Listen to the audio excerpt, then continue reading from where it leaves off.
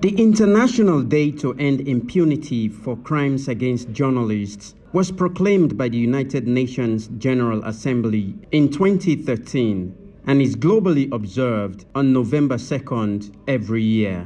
The day draws attention to the level of impunity for crimes against journalists, which is reported to be extremely high globally, reveals a UN report. With this year's theme, Protecting Media to Protect Democracy, some journalists in Sierra Leone believe there is more to be done in the area of protecting media practitioners. You know, sometimes journalists have been attacked.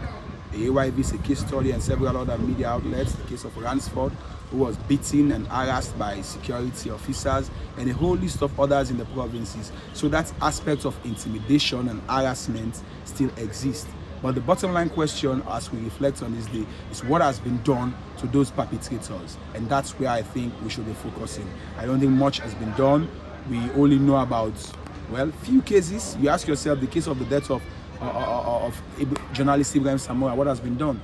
Justice is yet to be completely served. So that aspect of justice delayed is one, and also delayance in general of justice is quite serious. And moving forward, we must take punitive actions, because if we are fighting against impunity, it takes only punitive actions to curtail some of those things. Generally, we've seen a simmering down of the pattern in which journalists were bungled up and detained over the weekend and only to be released on a Monday, after persuasion or some lobbying from factors within the media landscape.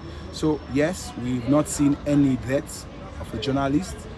We don't know of any journalist being behind bars. Commenting on the concerns, President of SLAJ, Ahmed Saeed Nasrallah, acknowledged there is still visible ill treatment against journalists, especially during state functions and politics, adding that perpetrators are normally security forces. He said even though impunity will not be 100% addressed, but significant strides have been made towards addressing the problems of assault and other forms of mistreatments. When we put out the press release against the alleged perpetrators of that incident involving the Vopad journalist, they also put out the press release telling the public that they've identified the military personnel and they are investigating now, and they will ensure that they take appropriate action. And we also understand from the point of view of the radio station involved, Vopad Radio, that they have gone to the family of the journalist and they've apologized and they've made a commitment to refund or to compensate for all the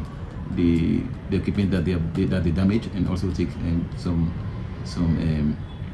responsibility for the medical bills for the affected journalists. And the case of Ransford Wright as well, who was also involved with the police, and they assaulted him and seized his camera and other equipments and destroyed them. Yes, we followed up with the police because we have the platform. Before now, we don't have that platform. But now we engage, we say, okay, this has happened, what do we do? After we have put out the press release, the first thing we do, we put out the press release for the attention of the public, for the attention of the international community to know that this thing has happened. And they've also identified the people, and they've also made a commitment to apologize to Ransford and to also refund the equipment that were damaged. In a press release today, SLAJ and the national security sector reiterates commitment to safety and security of journalists and to maintain law and order in Sierra Leone. Salifu Cherna Kamara, AYV News.